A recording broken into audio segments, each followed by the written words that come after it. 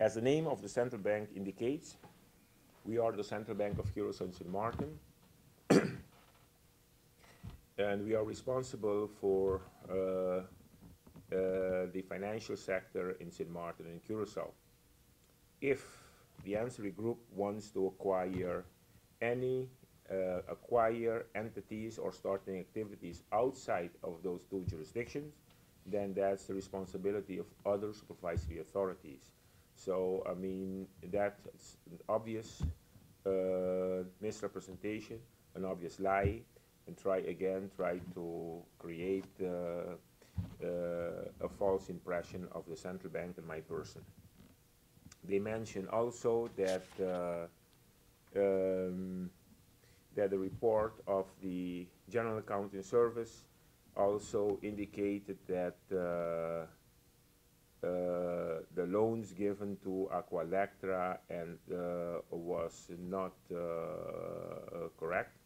And the report I referred to when the General Accounting Office of Curaçao made investigation, they said that the loan extended to Aqualectra was completely legal and was given based on the old bank statute, which gives the central bank the authority to extend those loans. Another issue that was mentioned that I want to repeat again also was the investigation made by the PwC Holland. And that report, the PwC Holland, I think was especially relevant in the sense that since the start of those investigations, I've noticed a certain effort from Holland to influence the outcome of the report, and we have seen that now culminating in this article with also voices from the Dutch Parliament about intervention in the management of the central bank. I will elaborate on that, but let me suffice to say that when we were subject to an investigation by PwC Holland,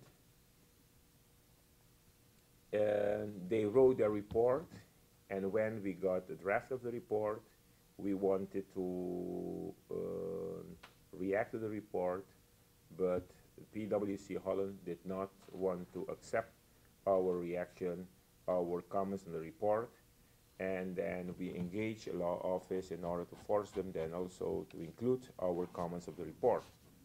But I got as an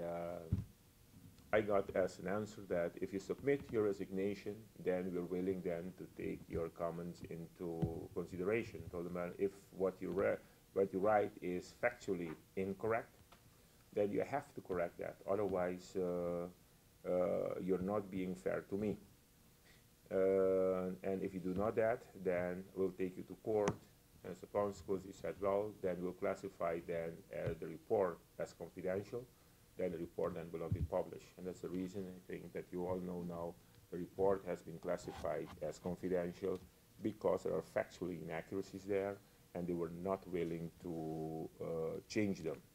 And what we also found very strange is that the report, the draft report, before discussing with us, had to be discussed with the Ministry of Interior in Holland, which was not one of the parties that gave order to conduct investigation.